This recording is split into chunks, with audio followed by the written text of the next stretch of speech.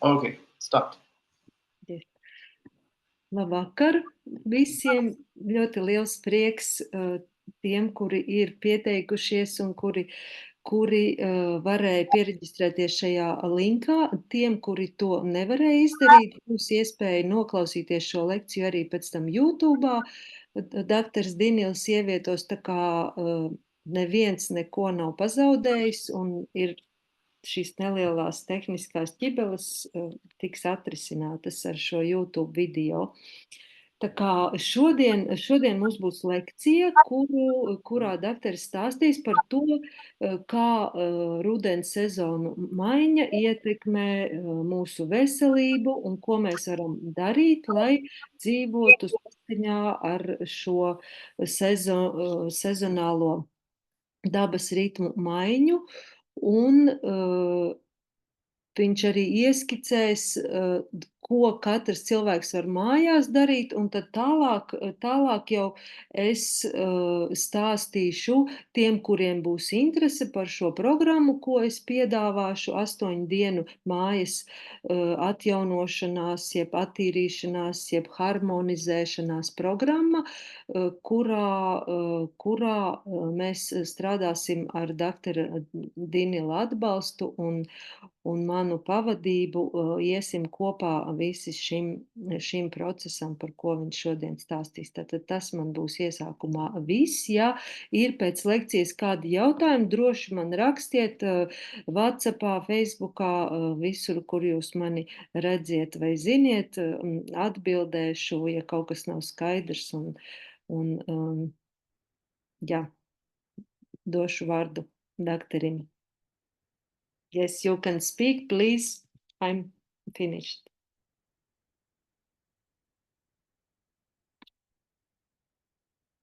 They cannot hear you.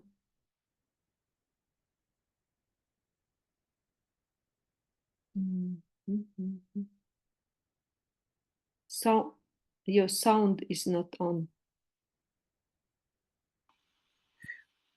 I will make you host so that you can add if anybody comes. Okay. Do you hear me? Yes. Yeah. So I'll change this.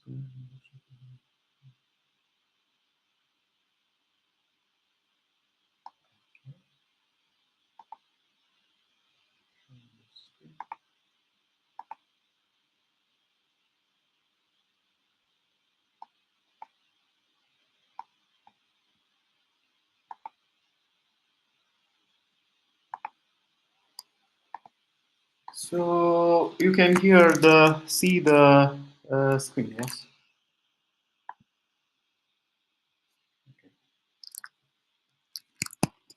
So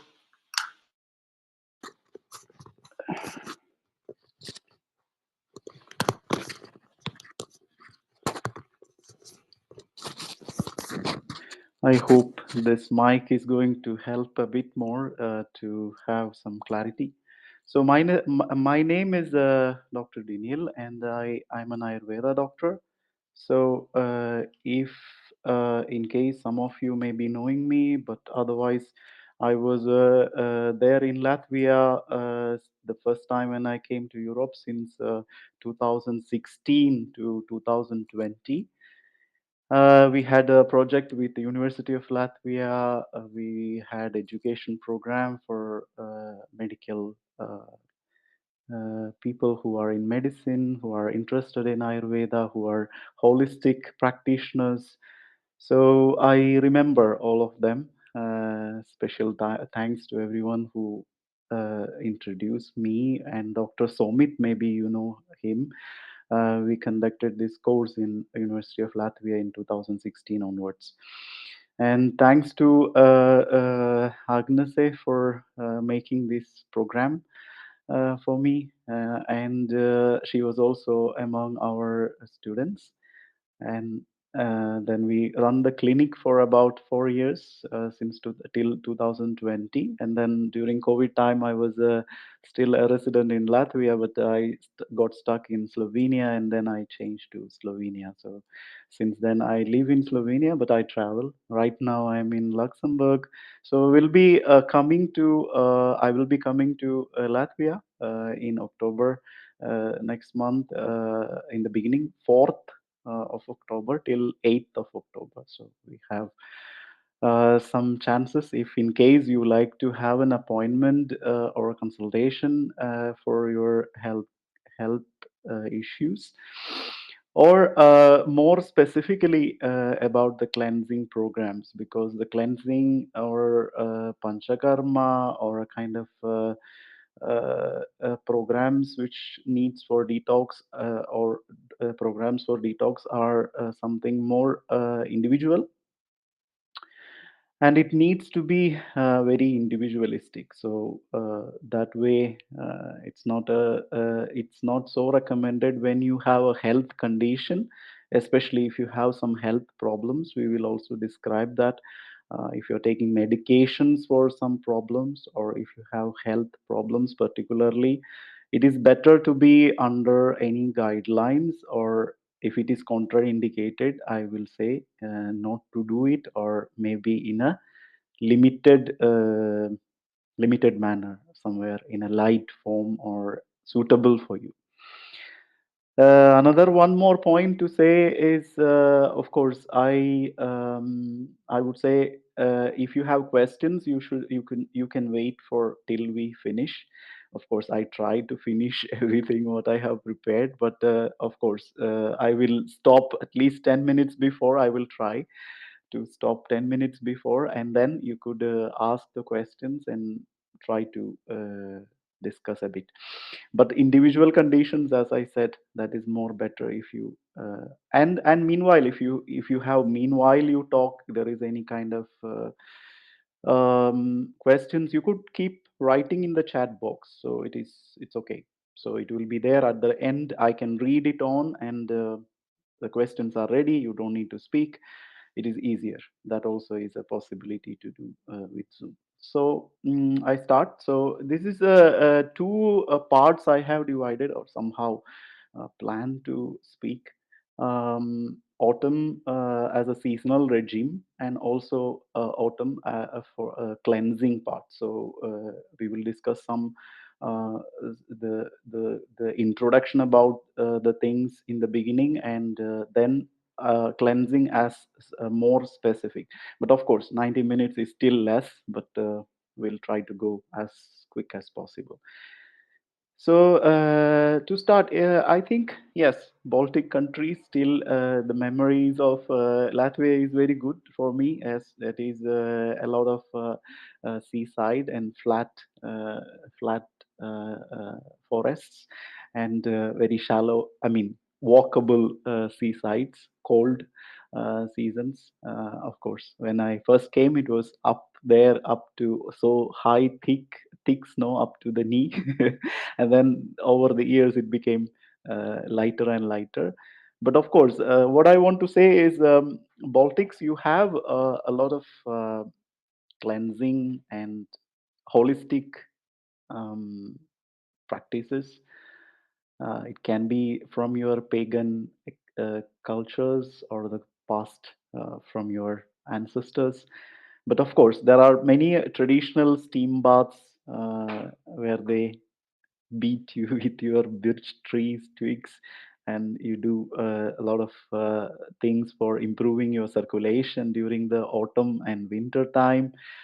And some infusions, you prepare many of the herbal teas, that is also in your tradition. You dry them during the summer, you collect the herbal trees. And of course, you have also festivals which are also more for your spirit, and that spirituality connects Ayurveda with you, I think. And you offer a lot to the fire, and emphasizing more for your gratitude, renewal, and spiritual cleansing. You give a kind of renewal of energy. So that that festivals you celebrate as a part of many. I mean, of course, there are in different old traditions these celebrations and cleansings, and these are traditional. But of course, you also have something to be particular about, and sauerkraut, pickles, kefir things, and all these gut cleansing and all that during the winter time. Natural walks, connecting to the nature, honey, scrubs and teas which you prepare from. You have a lot of natural resources of honey and all that. So anyway, medus. So let's say go to Ayurveda. Going to Ayurveda, Ayurveda is a science of life that emphasizes about maintenance of health and prevention. So that's where you have a following of a proper diet and lifestyle, and the habits are most important. And of course, it goes hand in hand with the treatments and cure of diseases. So it means prevention is better than cure. So there are in modern medicine there are primary prevention, secondary prevention, tertiary prevention. So primary is to maintenance in our say in our goal maintenance of daily regimens. That's what dinacharya we say. And also balancing of the doshas, not to get disbalances we say. And also when there is a kind of disbalances, we try to keep it clean, and we do a kind of preventive cure kind of thing, preventive cure. But of course the seasonal regimen is also coming as a part of swasthavrita, that is the health and prevention, maintenance of health and prevention. So swasthavrita means maintenance of the health. So it is of course the treatment is part of Ayurveda, but of course it is the prevention which is very much talked in Ayurveda. So as a part of any cleansing process, you need to also understand that there will be definite indications of daily regimens also will be emphasized. So understanding the daily regimens of Ayurveda is also important. So it's not that you take something like in natural healing techniques, which is these days fashionate fashionable as detoxes. It's where it is that is where it is bit different. We give that complete approach mm, to the plan of detox. So daily regimen, what we will discuss, that's also important. So the idea of whole cleansing idea, it is basically coming from the concept that every human is a part of nature. So we are part of the nature. That's why we have the same elements in our body. So whatever elements are there externally, external environment, we have also same in our body and also mind, and thus it influences our spirit. So when we have, of course, every seasons which is happening around influences us. That seasonal changes are happening in the elemental level, different elements. So Pancha Mahabhuta, we say. So when there is changes in the elements in the external world, definitely there is changes in the elements of internal world, because our body is also made up of these elements. So that is where the connection with the and external environment, the internal environment happens, and that is the importance of cleansing. So we need to live in the rhythm or in synchronizing in harmony with the nature. So that's why we need to take care about our body clock, let's say seasonal changes. We need to observe what is our routines. If our um, body clocks are working properly, we need to have a kind of self observation, let's say. So if that is missing, then there is chances you get diseases. Coming to basics of Ayurveda. So without, I think you may know about something about Ayurveda, but of course my version of a short 1 minute introduction, I should say.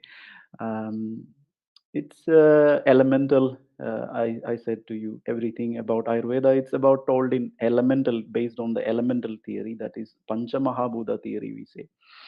So in this, we say air element, which is like gaseous form of matter. All the oxygen, carbon dioxide, and everything comes as air. I mean, air element, you can say gaseous state of matter. And space is where we all are located. I mean, the earth, the sun, the moon, everything is in the space. So, and fire is standing for the transformational energy, you say, the heat energy, which does the transformation. And the water elements stands for the liquid state of matter. We have a lot of water around there. That's why the life is sustaining. This is the same in our body. We have a lot of fluid inside the cells, outside the cells, in the blood, everywhere. So that's why the life is sustaining. Water, and then the last one is earth element. So if the water is standing for the liquid state of matter, earth is standing for the solid state of matter. So elements like in liquid form, like mercury, you can say it is water element. You can still say, though it is metal, liquid metal. But the earth element, you can say the solid substances, whatever is like wood or calcium, magnesium, potassium. Everything is also in our body. Calcium is there in our bones and everything. So solid state of matter. So we see that elements when it is not activated, when it is not moving, when it is dead.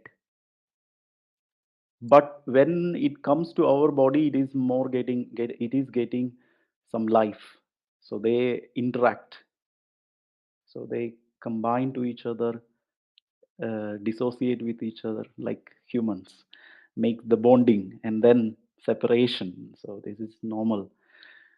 So the same thing, exchanges happens. I don't mean separations, and this is what it means, but interactions happen. So physiology in Ayurveda, the system how it functions, it is been described in Ayurveda as doshas. Doshas, Vata, Pitta, and Kapha.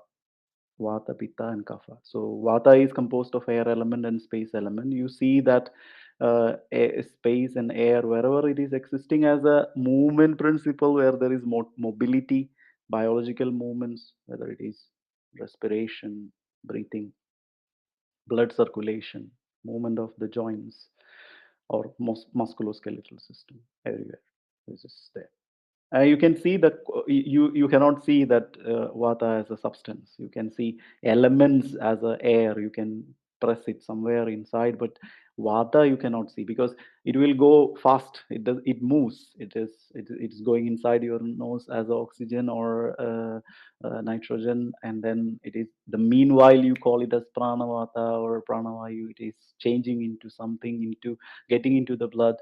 The oxygen is going to the circulation, and then it is turned to what you call carbon dioxide. It comes out, so it's always changing. So it is always in the move. So where the space is there also in circulation. There are spaces. You can see respiratory system. There is space because that's why the air can move inside. So you see qualities. We see only functions and qualities. Two things we can see in doshas. Only functions we see. Doshas, the elements have some qualities. That is dry, like wind will flow, and dryness it will be lightness, coldness, subtleness, minuteness, mobility, dispersive, ungrounded, very irregular it is. So it is that characteristics you can see in a person as well. If you take it into a person, you will see the same thing. So even your cat and dog can have vata, so you can observe it, just in a kind of funny way, I say.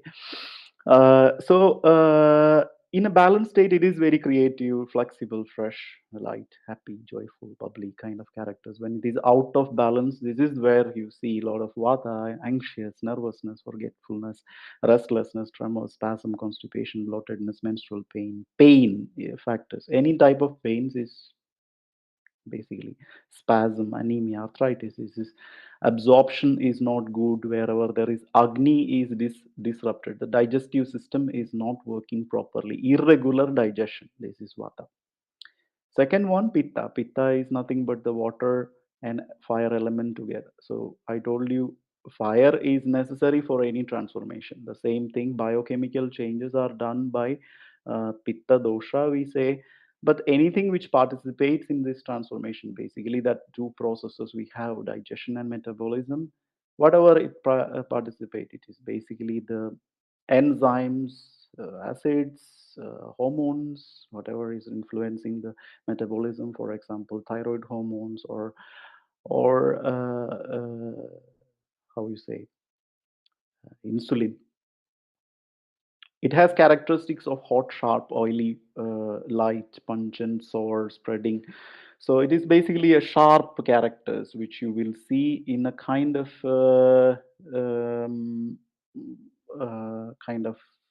preciseness, intelligence, courageousness, confidence. So this will be there in a kind of person you will see. It is crucial for learning because the processing of the information is by pitta. And when it is in balance, there is kind of more heated kind of emotions you see: anger, frustration, criticism, jealousy, skin problems. So where there is allergy, inflammation, this is basically pitta dosha. Hypertension can be because of vata and pitta together, even nausea, heartburn, whatever is with acidity, where there is too much of pitta, you can say. Kapha dosha, it is nothing but the heaviest of all the three. That is nothing but water element, earth element, basically. So it forms the structure of the body, and you can imagine when you construct a house, you have basically earth element, like you take the mud or whatever sand or something, and you add with water. Basically sand will not join, but of course if you use the mud, you can mix with the water, and it will, when it dries up, it will make the bonding. So that's the same thing which happens in the cells. So they hold together because of kapha dosha. It stands for the groundedness, lubrication, or anything comparatively like a immune system which is holding the stability of the body. It is basically heavy, cold, oily, damp. So this is also slow, very slow. Not so because of the heaviness, it doesn't move so fast. So that characteristics you can also observe in kapha predominant people. Like they are very calm some most of the time, very kind, forgiving, patient, stable, devoted people. They are loyal. They are very sticky. They have more uh, bonding, peaceful people, and when it is out of balance, they have too much of attachment, of course. Greed, depression, lust, or envy, obesity. So they accumulate more than releasing, so they don't lose so fast like weight. Allergies, sinus in issues like mucus, wherever there is mucus and edema, congestion, that is water element and earth element which creates the blockages. So this is a short introduction, a lot of short introduction, let's say. Prakriti is nothing but, so now we are lightly discussing all the concepts because so that I just introduce you a bit. Prakriti is nothing but a person's physical, physiological, psycho-spiritual, all the kind of inheritance we have from our nature. We all are different, and we have certain types of characteristics which we are born with. So when we think about the doshas, we have all the doshas in our body. Nobody is without vata, nobody is without kapha, nobody is without pitta. Don't imagine that we don't have that. I don't have that. When you call somebody have some type of dosha, and he is predominant, then other doshas also exist. But what is predominant, we call that is the type. So that predominant dosha decides the characteristics of the person. Like I said, when vata is predominant, certain types of characteristics are predominant. The same way pitta is predominant, so that kind of characteristics will be predominant. Kapha is predominant than that. And there can be also dual characteristics. Dual means two predominant doshas which are existing in the most of the people, we call it dual types. Most of the people are coming as predominant with one and another, or almost equal two doshas. That can be also there. So that's what the permutation combinations you can say. But there are n number of permutations and combinations, because the percentages, if you very minutely analyze, that can change. So because of that, there can be many. Here, I'm just making you familiar with this, but it doesn't mean anything very deep, but superficially, you see all the kind of characteristics. So, a Vata characteristic in a person, you can say it is Vata type. So, body is very weak and thin and malnourished sometimes, sometimes dry, rough, very dry skin and dry hair. Weight gain is difficult. Food irregular bowel movements. Food intake is frequent, but it is not going to be digested many times. Sometimes they have very good digestion, sometimes very irregular. So it is like the fire. If you take it as the digestive function, then the air is that which uh, increases the ignition. Because if there is no air, there is no movement, then the fire will get off. The same thing. So too much air, then it also goes away. So if the airflow is proper, then it will be a good agni fire. The same thing happens with them. Sometimes it is very good, sometimes it's not good. So variable. Too much of movements, too much of quick movement, not so arranged, not so precise. Cold intolerant, because they have very less fat below the skin. Poor resistance and healing capacity. Immunity is poor. Metabolism is weak. And talkative people, they don't may not have so much content in their talk, but they speak more. Very enthusiastic people, like sparkling water, they have very big enthusiasm, then it stops. Quick and grasping and poor in retention, so they don't remember so good. Fast aging, and also developmental problems like dementia, movement, too much of speech problems, arrhythmias. This can also happen. Pitta people, you can imagine, okay, you hate him, but I'm talking about Putin, not about his. I think I'm, if I'm wrong, sorry. Moderate people, soft skin and tendency to get moles, because they get very reactive to the sun.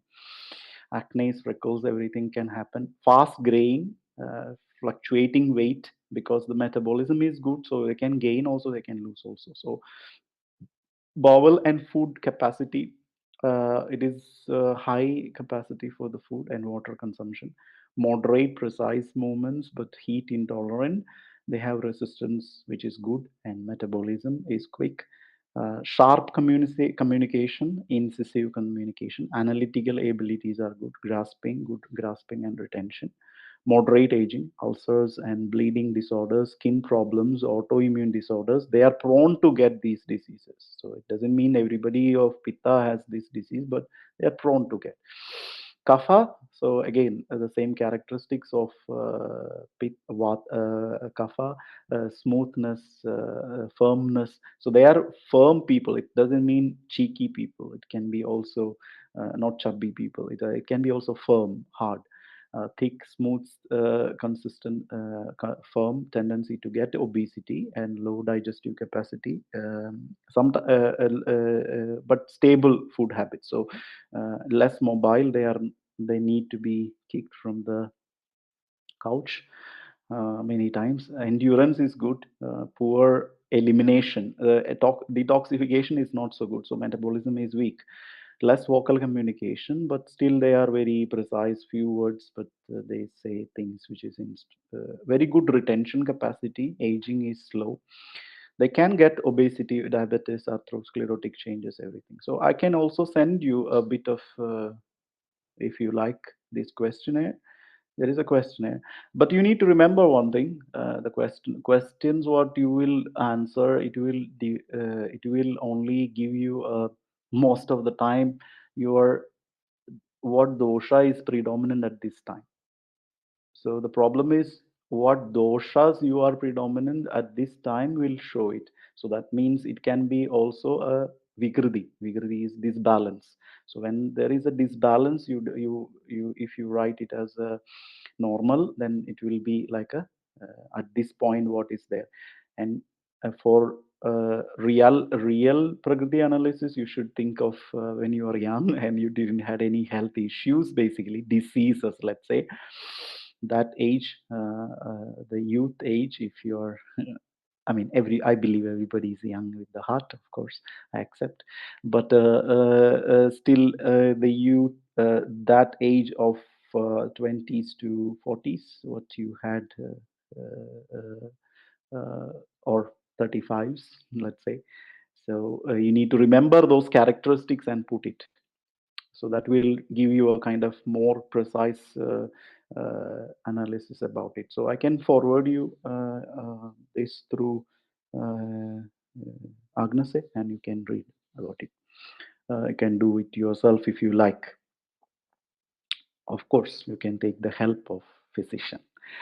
Circadian rhythm and predominance of doshas. So circadian rhythm, it means we have a certain clock in our brain, like it is called suprachiasmatic nuclei, and it is active based on the light which it falls into the eyes. So based on that, we have certain types of reactions in the body, basically orchestrated by our nervous system, brain, to hormonal endocrine system, which is influencing the metabolic system, then which in turn influences our immune system. So it is all orchestrated, exchanged between. So in Ayurveda, we say first phase of day is kapha predominant, second phase is pitta predominant, and last phase is vata predominant. So kapha, sluggishness, slow, you wake up slowly and do things after 6 o'clock. If you wake up earlier, you have little more vata push, and you will start, because the vata is the last phase of night is vata. So you become more easier with your movements. And middle, you have more fire element in your body, that is pitta, and you can more be digesting the food. So that's why the lunch is the biggest meal of the day, but breakfast is very necessary, because you need to give the food to enlighten the fire to grow towards the mid of the day. When you skip the breakfast, you destroy the fire which has to be kindled, like you add in your this camine which heats the houses in olden times with the wood. You add small pieces of wood to lighten it bigger, and then you add the big one. So the same way, light, easier to digest food has to be taken in the breakfast, and heaviest meal should be lunch, and dinner is very light. So that is vata.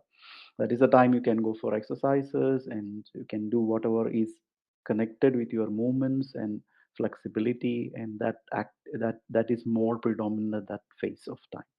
And yes, so warm food and cooked food, simple to digest things at the vata time, that is dinner time. So that's why precise concentration, everything is more during the middle of the day, like 10 o'clock, let's say, you do the things which is ideal. So this is the basis of which we speak the things we speak. So you need to wake up little bit earlier than 6 o'clock. That is more better. That is about the waking up. First thing, you need to go to toilet. Why I say these things is, this is the basis of cleansing. This is the basis of detox. You every day you need to have a detox process which is happening in the body. That is three malas, we say. One is the bowels, and then urine, and then sweat.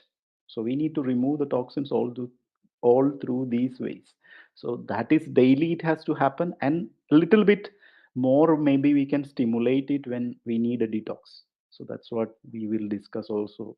We do in a detox process, basically. So daily cleansing is necessary, seasonal cleansing is necessary. So every day, make sure first thing you go. Otherwise, because many times when the moment you wake up from the bed, everybody gets busy with the phones or their activities, everything.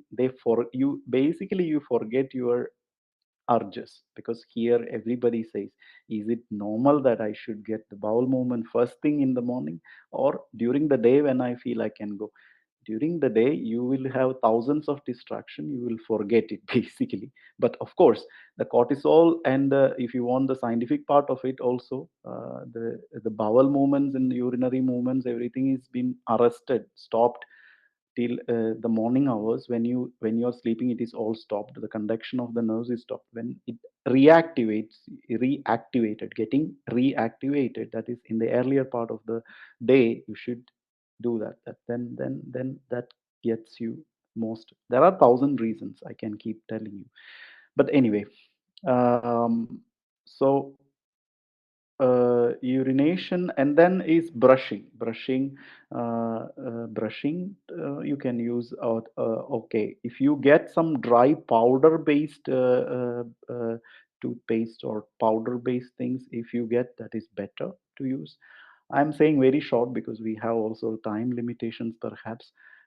Tongue cleaning, that is also a part of cleansing, because the lot of bacteria accumulate in the in the mouth during the night. So you should first brush and then clean the tongue, because then it reduces the concentrations of deposits which is accumulated over the night. So you can use some sort of whatever, copper or wood, or yeah, you just use the brush also, that's still okay if it doesn't hurt you. Or you can use a spoon, you can use, yes. Okay, collyrium is a little bit difficult. At least eye care, you can wash the eyes and with normal water and clean the eyes. Of course, if needed, there is a need of lubricants. Then you can also put a one drop of ghee before sleep, before going to sleep, not to apply in the morning. But of course, in olden times we had also collyrium. But of course, this is now, it's very hard for you. But I mean, of course, if somebody is interested, we can also focus on that if you like, particularly about the Ayurvedic drops, eye drops, of course. Nasim, the slides are a little bit up and down. I'm Nasim, the nasal cleansing. So we are cleansing every one by one. So daily basis also it is recommended. Nasim, we can do 2 drops of oil in the nose.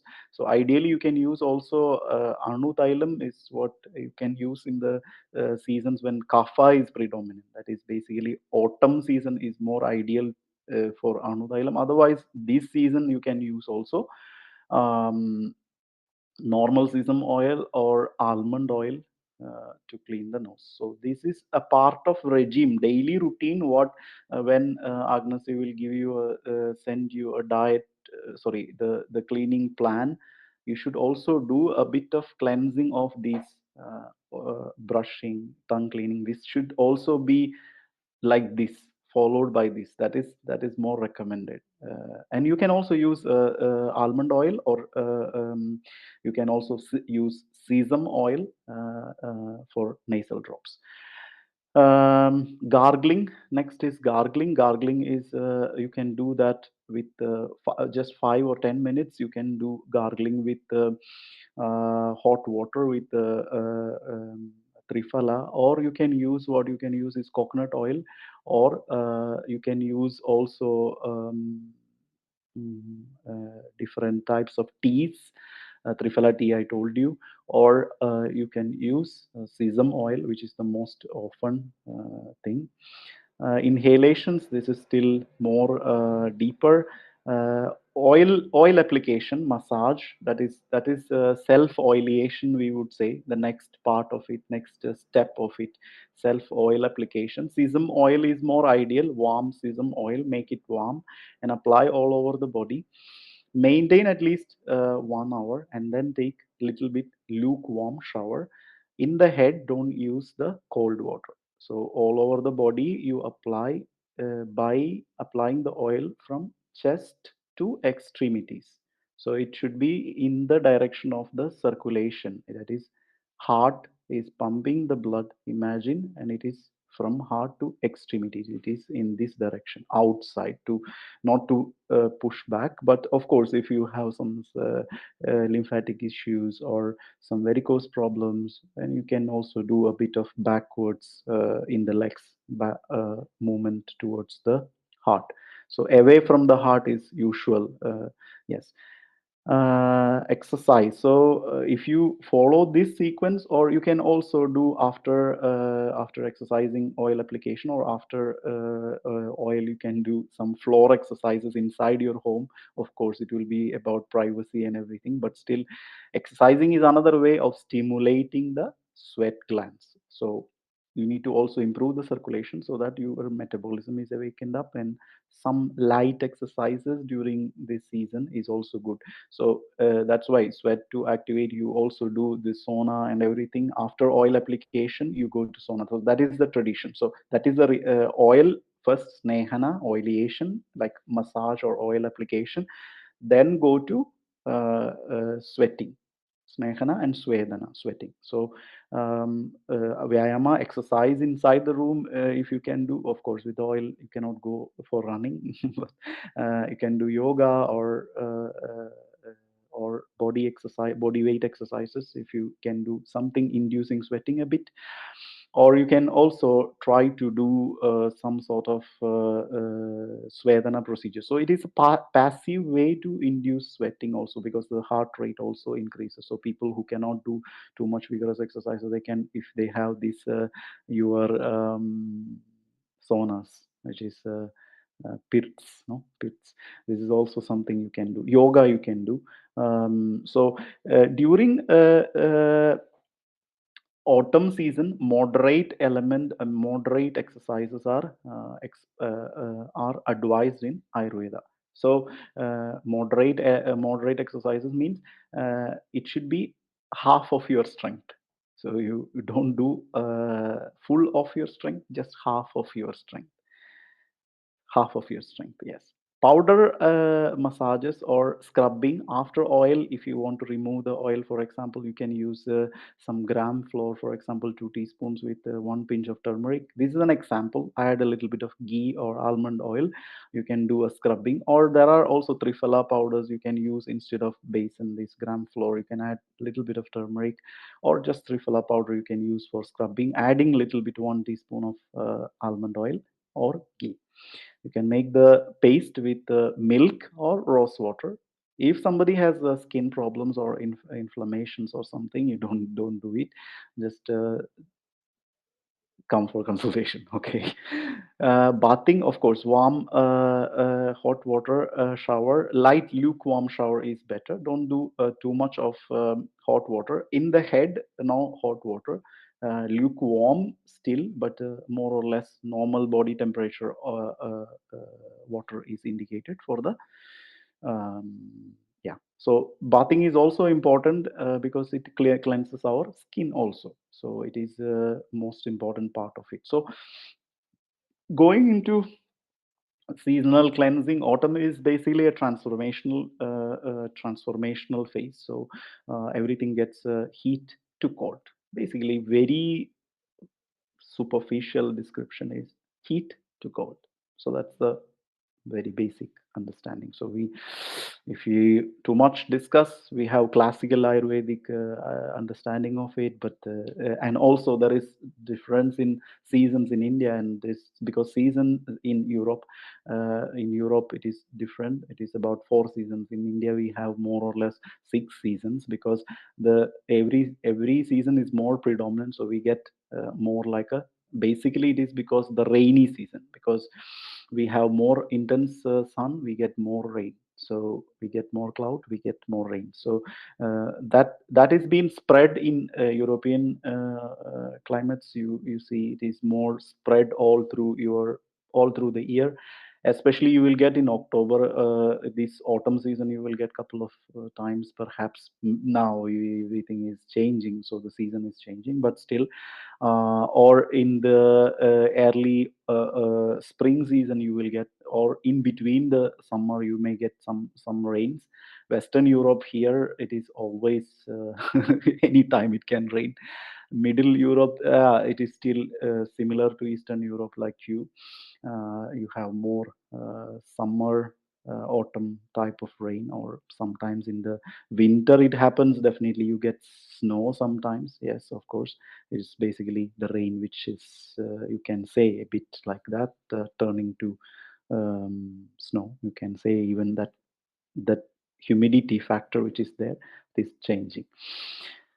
But anyway, so the wind is predominant, air element is getting more predominant. So there is dry, light, cool, rough, windy kind of characteristics getting more. So Vata dosha is getting predominant in this is very superficial understanding. We can also, we will, when we have to discuss about cleansing, we will discuss a little bit detail as well. But basically, the primary management of autumn, it is Vata dosha. You need to balance. Of course, Pitta dosha is behind it, beside it. If you have Pitta predominant problems, then you need to also do Pitta management as well. So, where that also is part of the cleansing programs. So, Pitta management is very important in this season also, because accumulated Pitta is also there. So, you see many times these characteristics. So, Vata is getting cold outside, you get chills, and digestive fire cools down, slows down, air get dry, skin also get dry, windy movements, mental energy is very irregular, wind creates lightness, mind cannot settle down, cannot sleep issues happen. So it is Vata predominates in the skeletal system, central nervous system, gastrointestinal, digestive system is also getting affected because it is getting constipation or poor absorption. Many times that is why you need to take nourishing oily or nourishing food.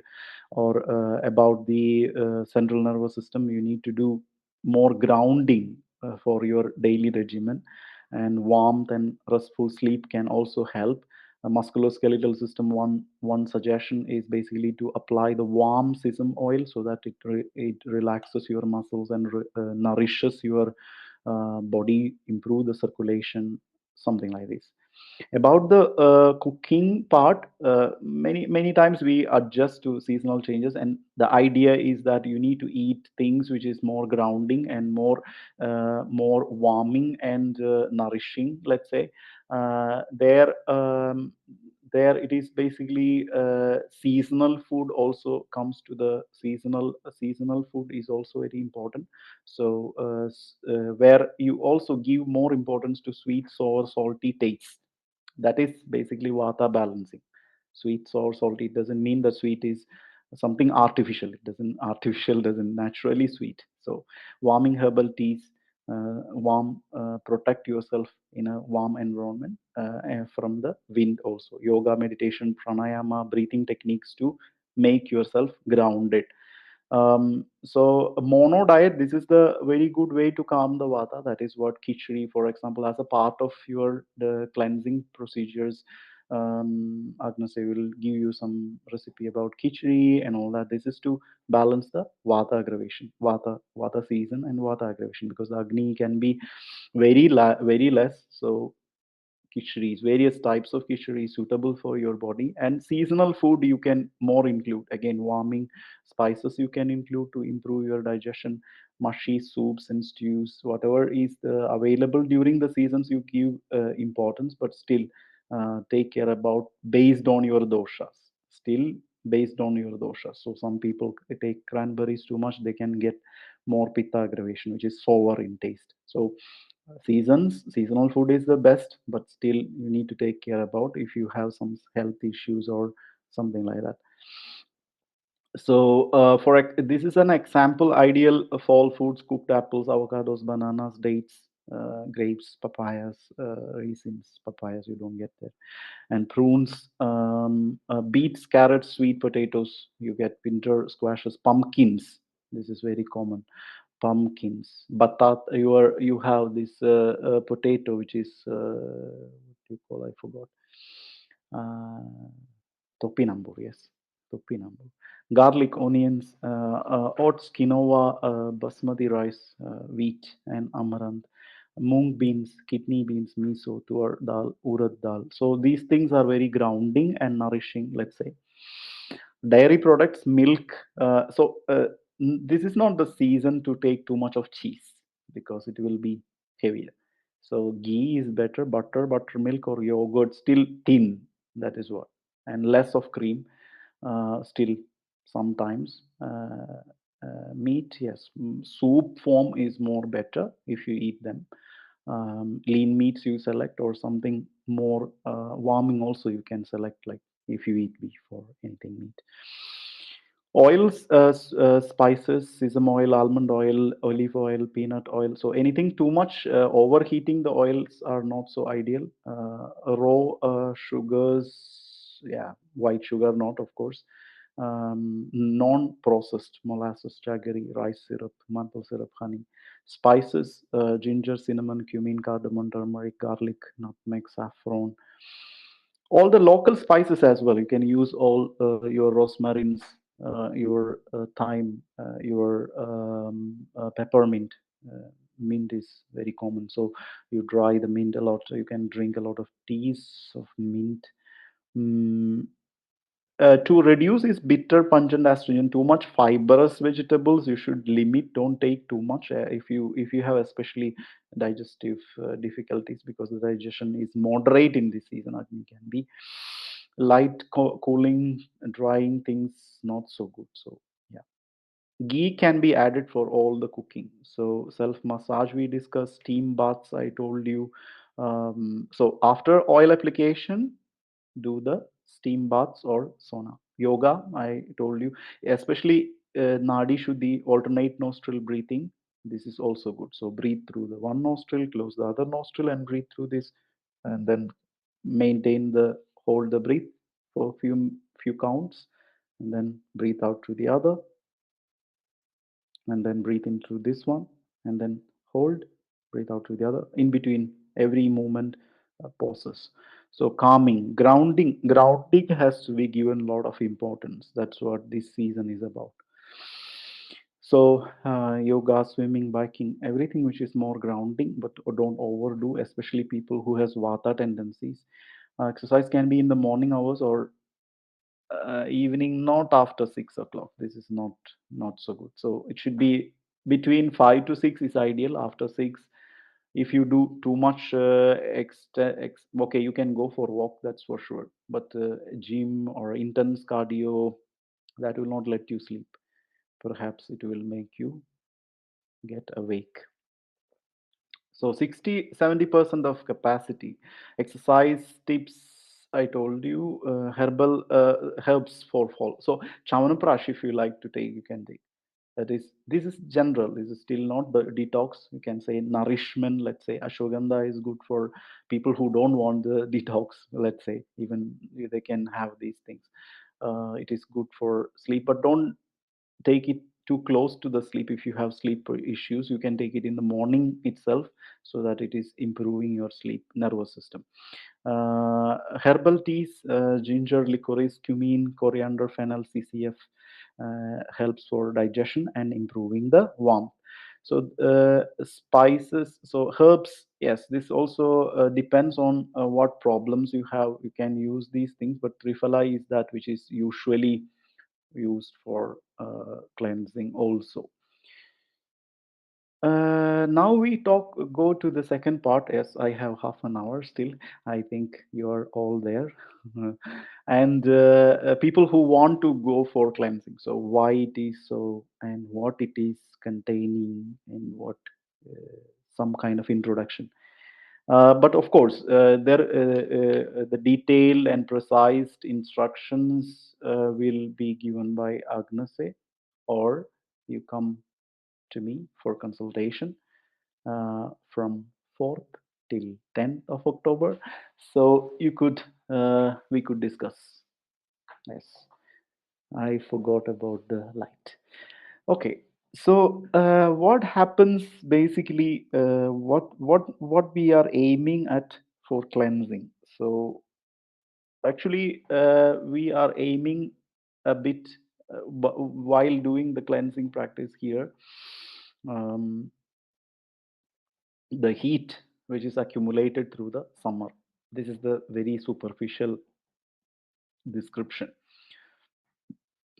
Preparing for the Vata season. To prepare for the Vata season, which is autumn and winter, the early winter, let's say. And this is preventive, preventing the imbalances, supporting the immune system to promote the overall well-being. So, why this? There is a kind of accumulation of pitta. Why this? How you say, in the system? What does it change? What does it change? Make what the climate makes in the system to change? That is, this is I just took in from one of the journal, this reviews in the Nature, Journal of Nature. About this is to give you a explanation or an example. This is from cardiology point of view.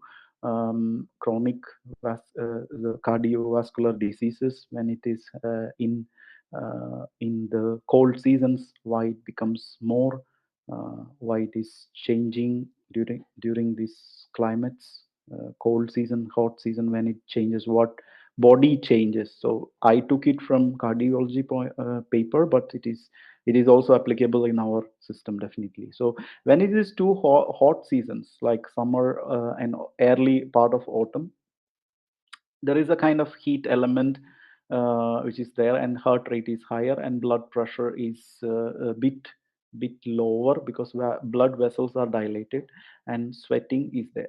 But still here, autumn, during the autumn, you should remember, it is dropping down, the body temperature is dropping down. In the cold times, it is causing the vasoconstriction. So you could take this as pitta phase and this as vata phase, roughly. And later towards the winter and the spring, there is kapha phase, you can say. So it is, see, any season, any dosha, it is always changing. Every day it is changing. Now with the climate change, it is very aggressively changing. So you should remember that it's always from one dosha to other, it is moving. So it doesn't mean one day, certain days of the month is completely pitta or something. It is like this, like when it goes from summer, it is going from pitta to vata phase. Pitta to vata. So it is going every day towards vata. So we need to take care of the previous dosha, which is getting slowly accumulated, and we need to address what is coming later. So that's the idea of and when that drastic change is happening, so the temperature is the basic element which we are taking it for the uh, basic standard. So that's where the autumn and the spring is coming as the cleansing time. So so the heat element is transforming the circulation, vasodilation, blood vessels are elevated. So but when it is cold, then it is constricted. Sweating is happening in hot season, and cold season it is shivering. So already we have cold, we have wind, for example, in the autumn season coming. Our muscles gets shivering, because that stimulates our metabolism to produce the heat. So metabolism is going to evoke. So body has a body temperature which is basically maintained for the core is this part, the trunk part. So where we will try the body will try to concentrate the temperature here when there is a external environment is cold. So they will concentrate, it will concentrate more into the center. So that is causing the circulation to go more deeper inside. So in cold season that will happen, whereas in the hot season it will go outside, more out. So but when it goes in, the heat in the core is going to go up. Again, the metabolism is going to go slowly up. So that's where the shivering is helping to stimulate your metabolism. Platelet activation happens, seasonal depression happens, risk factors for the heart problems can be increased when when it goes from autumn to winter. So it is this is what it is coming. So we need to see what is finishing and what is coming next. So don't think that autumn is hot season. It is basically, it is dropping down. So this drop we need to prepare. So we are preparing the body. So there is chances that there is inflammatory markers are going up, so that's where pitta is increasing. There is circulation which is changing, so the constriction happens and the circulation is stiff, so vata is not so much moving sometimes, where the cardiovascular problems can increase also in the colder seasons. So that's what. So pains, inflammations, everything increases with the cold. This is another taking into your musculoskeletal system, for example, because of the lack of circulation to the extremities, there is changes. So we want to take care about the vata dosha, which is manifesting in this changes in the temperature, changes in the circulation, changes in the increase in pain factor, uh, increase in the dryness, irregularity with the mind, and all this, and inflammatory factors, which is pitta predominant. So all the things which is pitta inflammatory, we correlate to pitta. So immune responses will be either hyperactive or it can be weak. So this is where it works. You would have seen these people jumping into the cold water after the hot sauna. So what they are trying to do is stimulating the immune system. So immune system is getting a shock. Body is getting a shock, thermal shock, which stimulates the immune system. If you overstimulate, you will get some immune reactions also. And if you have a very weak blood vessels, it can also break. Hot to cold, this contrast. So that is not to be done so quickly. So we are completely against it. So immune system improving, people get, for example, last week I got somebody who got very severe allergic reactions here in Luxembourg. She had basically this contrast showers, and then she developed this urticaria. Everybody doesn't develop, of course. I'm not saying everybody is having problems, but of course it can happen also. Anyway, so this is what it changes. There is always changes. Barometric pressure changes in the environment. It also influences our joints to get swelling in the arthritic joints. That's why cold season will increase the pain, because circulation is less. uh, Actually, we are dealing here with three seasons. In a classical textbooks of Ayurveda, we have three seasons, which has to go through in European standards of one season of autumn. The three seasons like monsoon, like Varsha Ritu, and the early autumn and the late autumn, all has to go through one description of autumn. In my opinion, this is still difficult to. This is a debate. This can be more debated, but of course, when you come from India to here and try to apply the principles, this is the challenge part, because you don't have that all rain and this late autumn and all seasons. Okay, so what does that mean is, the first phase, where in the Varsha Ritu, basically what happens is there is a vitiation of Vata dosha. Then slowly, in autumn, there is Pitta dosha is also getting vitiated, and the last phase, then the Pitta dosha gets also balanced. That is towards the winter time. But then here, the late autumn also so much doesn't exist. So we need to take care, basically, the accumulated Pitta. So to say in very simple things, we need to take care about the accumulated Pitta. We need to take care about coming Vata which is going to come as a result of the climate change. So that is why the cleansing is necessary. So here, when we think about cleansing in Ayurveda generally, we need to think about the Agni, the digestive system. So if you take ghee or medication or anything, You need digestion for it, otherwise you will vomit. uh, yes, so that's what the basic problem is. I was in Madeira last month, and there is an Ayurveda center, cure center. So it's not for everyone who comes there, but we need to improve. So they tell them to take something to improve your digestion quite early. They send them even a kit, trikatu, let's say black this dry ginger, black pepper, and long pepper combination, and so that their digestion is better before they come, and then they take the ghee during the cleansing days, and then they have the purgation. So agni improvement is very important, otherwise some people who ignore it they come and drink the ghee, they vomit. So or they do something wrong, then because the digestive fire is not good. Second, removal of toxins. So that is the goal of it. So removing the ama or the toxins. This is basically happening in the cells. We mean not only in the intestine. It is also there are toxins which can accumulate in the cells. From the cells, to remove any sort of toxins, let's say free radicals or any the metal dispositions or anything which is accumulated. Anyway, free radicals are mostly charged particles which is there in the cells, which is making you get aged, or that is the basic causes everybody says about the inflammation, let's say.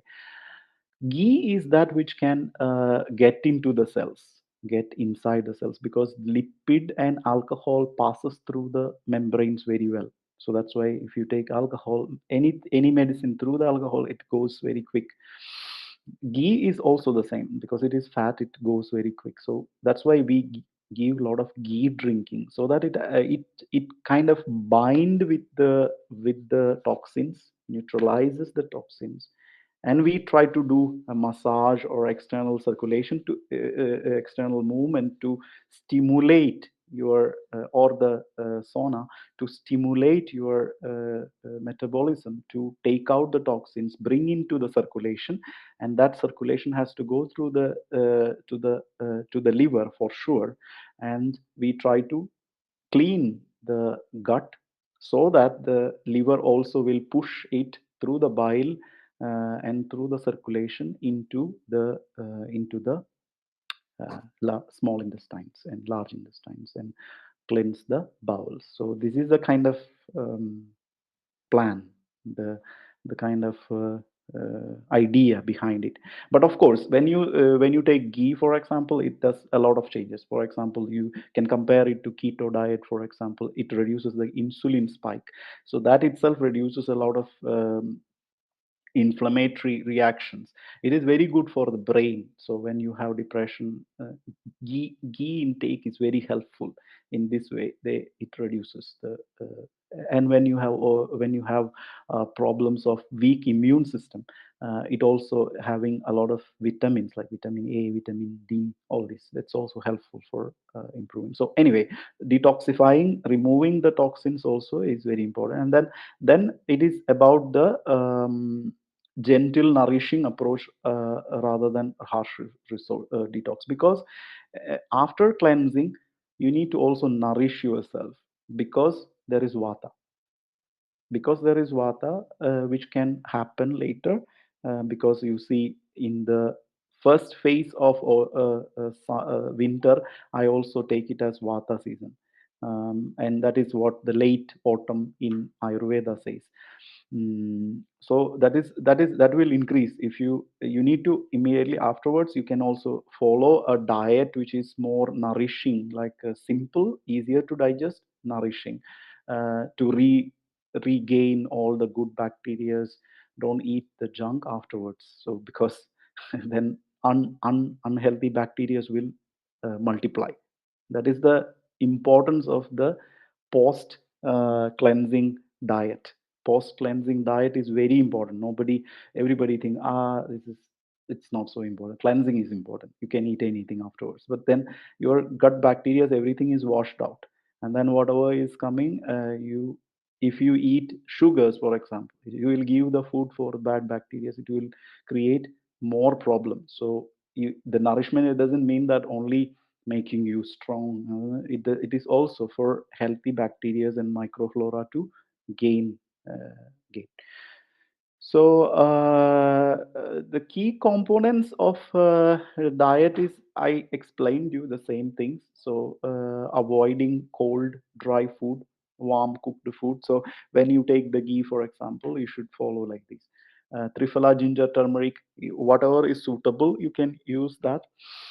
Daily routine, that is the daily regimen I told you. That is the importance of cleansing also. So we discussed in the beginning. Hydration is very important, drinking enough of hot water, because that is also a part of cleansing itself. You can use the spices, or I told you mint, or based on different uh, people, different things, different teas can be used. Warm cooked grains, rice, quinoa, for example, non-gluten things are more ideal. So you can also use sometimes buckwheat. Buckwheat is also very indicated because it is not a grain; it is like a flour. So you have a lot of buckwheats. But of course, it is dry and heating. So people who has too much inflammation or dryness, that is also not so good. But otherwise, cleansing, buckwheat is perfect thing. Seasonal vegetables, sweet potatoes, carrots, squashes, or whatever, topinambu, or whatever is coming at this season is good. I don't know if it is in this season, but when I visited some of the places around there, I remember that it was also there. Spices, cumin, coriander, turmeric, ginger. Avoid cold, dry, and processed food. This is, I don't need to explain you. Eat as much as possible from your home and cooked meals. So this is very important. Abhyanga, self oil massage, pranayama, I explained you, yoga, I told you, meditation. So I'm just summarizing the things. Maybe Agnes, I will give you some more detailed things. Otherwise, we discussed already, so you can read, listen again. I will upload it in the YouTube, so you can listen again what we were discussing. Waking early. First is brushing, tongue cleaning. Brushing, I didn't write here. Tongue cleaning, warm oil, massage oil, but follow the same routine which I explained to you. First, going to toilet, then brushing, then tongue cleaning, then oil gargling, then nasal drops, eye washing, nasal drops. So it goes from here up till down. So this, this, and then gargling. You can also do after nasal drop. It's also okay because nasal secretion also comes to the mouth. So it is also that way. It is good. But of course, after the brushing, you need to do all this. Start from the cleansing part of it, um, like this. Then the oil massage, then the steam, the all the sequences just we discussed in the beginning. So spice, the teas we discussed. Avoid cold things. That is very important when you take the ghee. This is very important. Herbal support for cleansing. I told you. Ghee is the most important part of it, and daily bowel movement is very important. For that, some triphala or whatever you take, that should be taken. Wake up early, warm oil massage. This is again repetition. Sleep is the most important. Yes, I don't need to explain. So prioritize the sleep. Warm bath before the sleep or evening. Some so calming routines are good. So feet massage, oil, essential oils, bath with salt, this bath salt, and such herbal teas which is relaxing. Yes, music, calming, meditation, mantras, or whatever chantings. Emotional and mental cleansing, this is most important as well. So you can write the journal. So I also like to write down what if I have too much thinking, so I keep scribbling down the things. So it is in the, it gives you a structure, it gives you a kind of lightness in your heart. If you doesn't have so much to speak to someone, it gives you a kind of release. Sometimes it also gives you a kind of structure to your thoughts, because many of the time when you think, or when you overthink, it is basically a kind of cloud thinking. It's a kind of mix up, so you don't know exactly what it is. And you can also, when you write, you can see these emotions, what are the kind of emotions which you need to be addressed in these thoughts. So thoughts are connected with emotions. What that emotion is connected, you need to address that emotion, because that is very necessary. uh, any experiences what you have may lead to a kind of certain thought patterns, which will lead to emotions. So again, situations which leads to emotions, you can also, if there is a possibility to solve it. But emotions you should address, whether it is sadness, anger, frustration.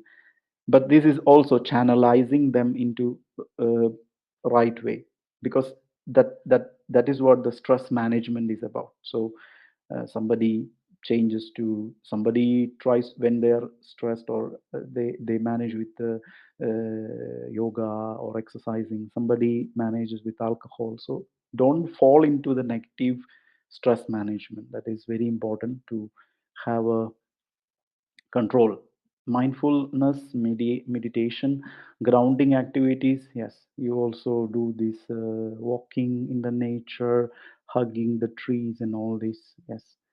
A little bit about the cleansing, to say in very short form. People who has problems like health issues, like pregnant people, children, very old, digestive issues, especially irritable bowels, or anything with the liver or colon, inflammatory bowel disease, heart problems, arrhythmia, autoimmune problems, mental health issues, too much if you are taking medication, especially too much of, especially diabetic people, chronic fatigue. These people has to be taken care. You need to. It is better you follow with somebody who can guide you, doctors or someone. That's why in India you can go and also have some panchakarma treatments. Panchakarma we will discuss also a short way. The Panchakarma means five cleansing procedures. First one is like Vamana, that is emesis, like inducing vomiting. That is to clean the kapha part, because upper part of the body, upper part from the chest, in the chest region, from the chest and up, it is kapha predominant place, and then middle place up to the navel part, from the chest down till between the navel and the chest, it is pitta predominant. So you take purgation for pitta. So cleansing pitta is by purgation. And third one, vasti, is for vata.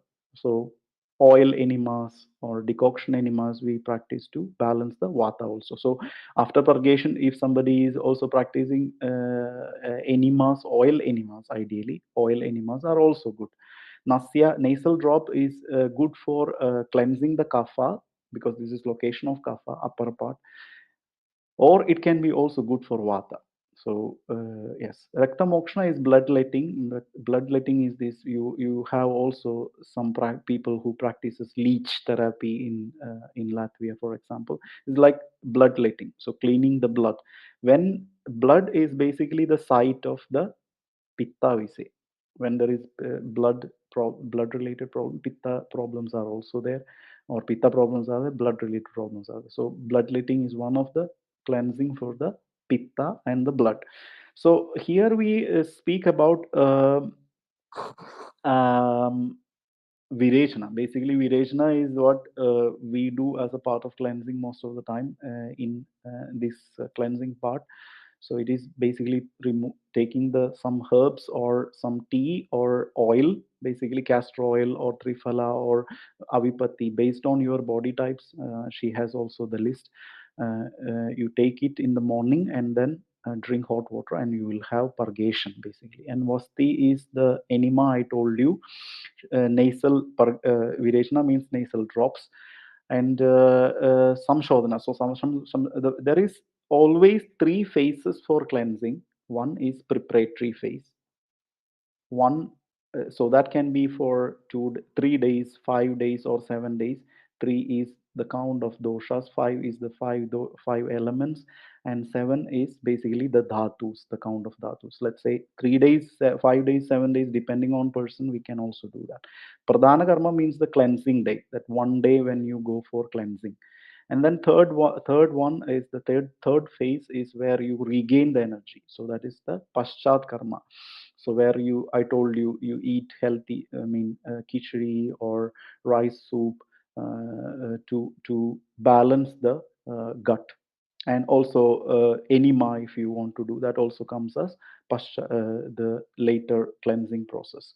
So yes, so this is about introduction about the cleansing. Let's say I need to stop here. I mean, I have gone through the whole number of sheets. If you have questions, anybody has written any questions, I can look at the chat box and explain if there is anything. Okay. Okay. We don't have anything. Any questions? Anybody want to say anything?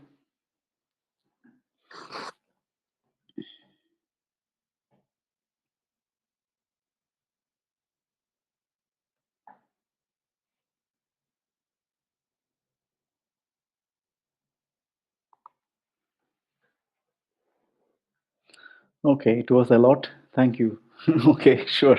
It was a lot. Yes. Ja kādam ir kādi jautājumi vai kaut kas nav skaidrs un gribas apdomāt, tad variet noteikti man rakstīt. Yes, a lot to digest. Yes. But yes, of course, it is. It will be more precise and concise when she will send you this. So I introduce you the whole concept, and people who are interested to listen, any friends or someone, if you like, it will be there in the YouTube. I will share the YouTube link, and you can always get it. I have one question. If if I do in the morning this oil application, and then I want to, many people are going to swimming like in autumn or in winter to boost your immunity system and so on. And it is good to apply in the morning oil and then go outside and take this cold swimming in a lake, for example. That is not so. I would not recommend it because it will be cold. It will be very cold. It will be still still will be cold. That is, but of course, meanwhile, because the lakes you have are really cold. So, but of course, the body will heat up, and that will create a kind of heating effect. But of course, you get a kind of cold effect immediately after oil application. You jump into the cold water. So I will not recommend so much unless that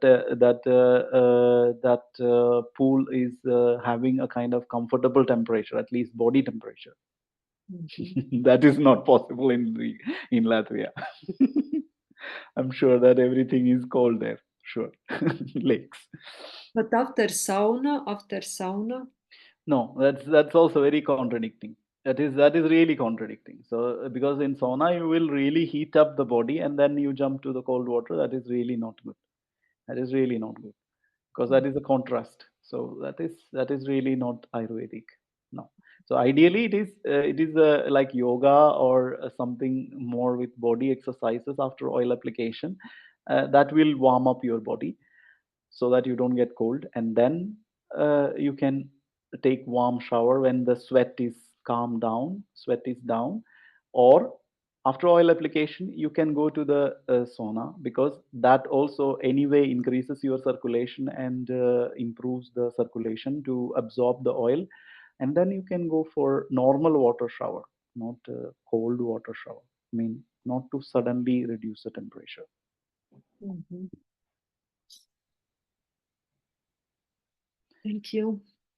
So it doesn't mean everybody will get some problems if they are doing. Oh, those people who are doing that don't get any health problem. I mean, this is not recommended, I would say, and not general. I mean, somebody who does very long time and they practice and they don't have problems if they don't have health issues, of course. Okay, so We have one more question, please. There is Aneta is asking something. Could you please? I have been taking collagen with hot water and ghee every morning. Is that good combination? Should I incorporate ghee in a different way? Thank you for all the great info. So yes, collagen. Yes, this is still not so bad. Not so bad combination with hot water and ghee. It's not a. It's okay. It's still okay to incorporate ghee with this collagens. Otherwise, yes, you can take it also separately, of course, at night or in the other time. It's still because it is anyway helping for absorption of collagens. So fat is helpful. So it's okay unless you digest it. So that is also one point. If your digestion is good, then it is okay.